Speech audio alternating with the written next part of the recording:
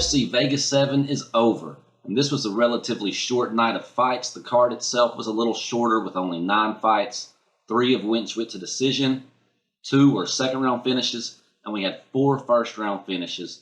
A very exciting night. So now let's get into the winners and losers of UFC Vegas 7.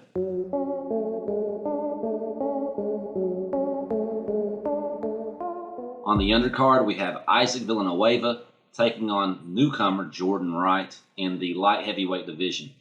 Now, this fight was very weird leading up because Villanueva was supposed to take on Jorge Gonzalez like a week ago, but that one got messed up because Gonzalez couldn't get into the country. He had some travel issues, and it was removed from the fight last night as well. And in steps Jordan Wright, who, as mentioned, he's brand new. He took this fight on short notice, and he certainly took advantage of the opportunity. He starts this fight. He started it. The first attack thrown was a spinning head kick, and he landed it.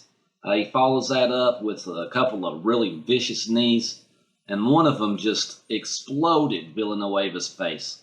Blood everywhere, and they stopped the fight pretty early because of that cut, and it was a bad one. It's a little disappointing because we know Villanueva to be a very tough guy, and he wasn't even close to being out of there yet. But Jordan looked amazing. He stays undefeated with a record of 11-0-1, wins his UFC debut, of course, and the dude's still yet to see a third round. In fact, he's only seen the second round one time, and he finished that one in less than a minute in the second round. This guy's obviously a very fast starter, a brutal finisher, and we're going to see a lot more of him, I think. I can't wait to see more from Jordan Wright. He's a big winner at UFC Vegas 7.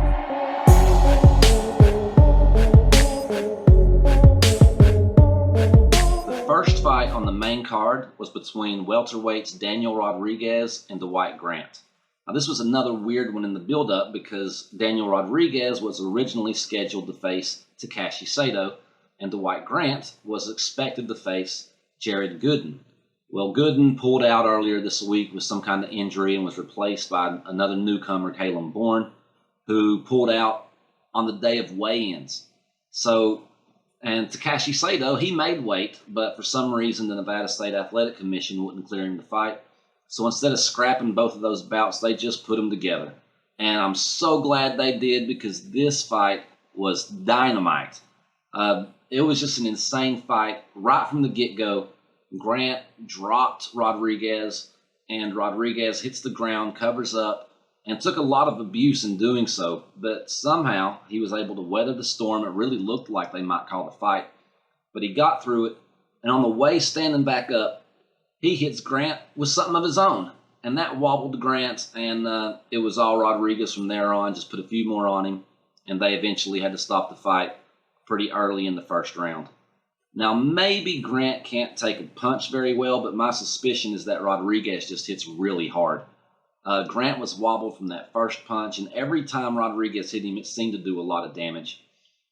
He just really turned the tide with a vicious come-from-behind win, and that kind of seemed to be a bit of a theme last night.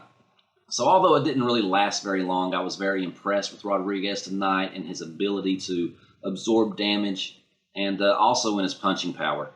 That makes 3 wins in a row for Rodriguez. I'm sorry, that makes 3 wins this year for Rodriguez and 9 wins in a row for the man.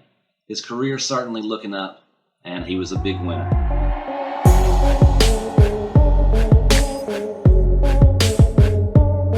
The next fight on the main card was a women's flyweight bout between Maria Agapeva and Shauna Dobson. Now, Agapeva's got to be the biggest loser here.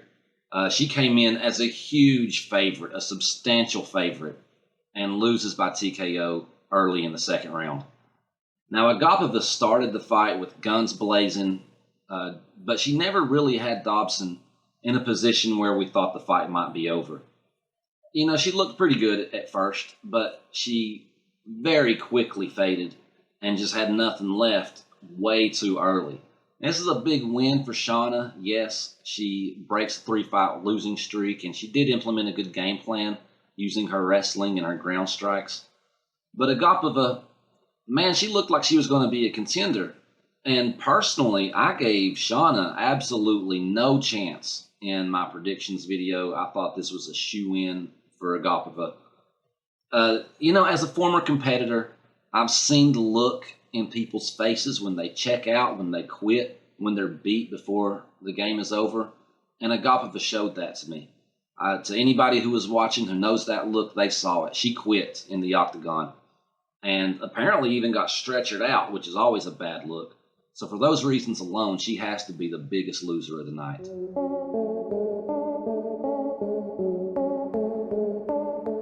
The next fight on the main card was between Austin Hubbard and Joe Salecki. They got moved up to the main card in place of the canceled OSP Minifield fight. But this one also delivered. It was also fun. Salecki wins this one by a standing rear naked choke, again, pretty early in the first round. Salecki made this look easy. And against a tough opponent, Hubbard is a tough dude. He just climbed the back. He softened him up with some good body shots from the back and eventually put the squeeze on him and made him tap. Salecki looked more or less perfect in this fight. He absorbed little, if any, damage at all. He wasn't even out of breath in his post-fight interview. He's off to a good start, man. 2-0 in the UFC, and he could very easily get a quick turnaround. They were talking about how he's expecting the baby very soon, so he may not want a quick turnaround, but if he does, it's probably there. And I'm looking forward to more from him. Joe Salecki, big winner.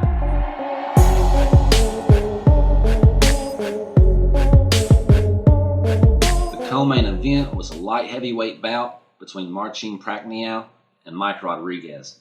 Now, this is a fight that I call loser goes home, and Mike sent Prachnio packing. This was actually pretty impressive. Mike looked really good in the clinch and pretty creative. He was throwing, of course, knees, but also elbows over the top, just really mixing it up. Those elbows were clever, man. And they were powerful, and they were very well executed, and eventually KO'd Prachnio, again, pretty early in the first round. Prachnio seems to be getting KO'd a little too easily. I'm not sure if he's got much of a future in the UFC. He's 0-3 in the UFC, all by KO. I don't expect to see him again. For that reason, I got to call Prachnio a loser. But let's not take it away from Rodriguez, man. He looked really good. He looked good tonight in the co-main event slot. So we got to call him a winner.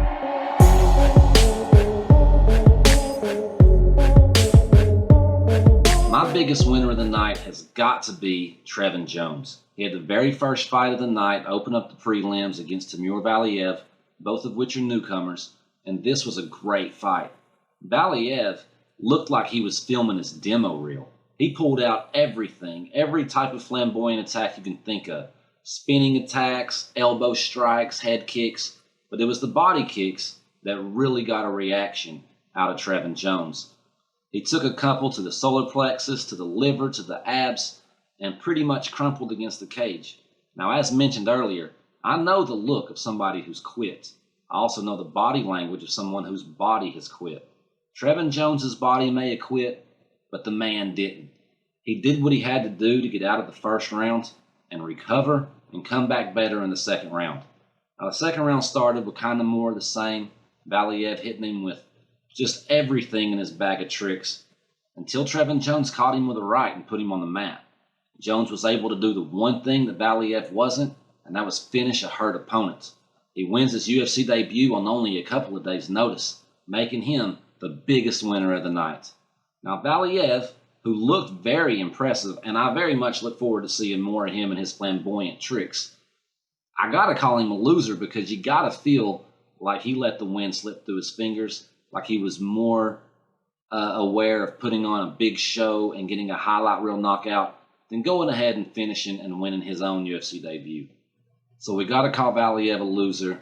And Jones, man, that was awesome. You're awesome, bro. You're the biggest winner of the night.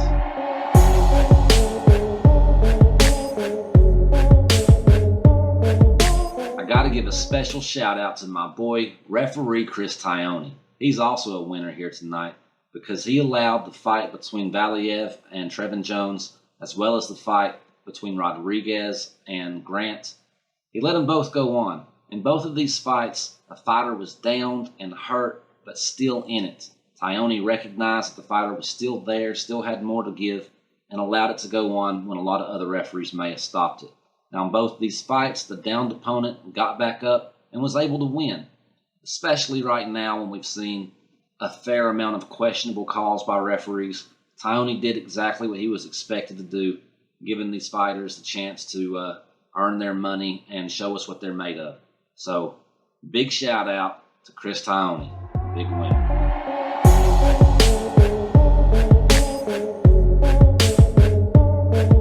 There's the real winners and losers of UFC Vegas 7. We got another great fight scheduled for this weekend, so we'll make a predictions video in the next day or two. So make sure you check that out. Till next time.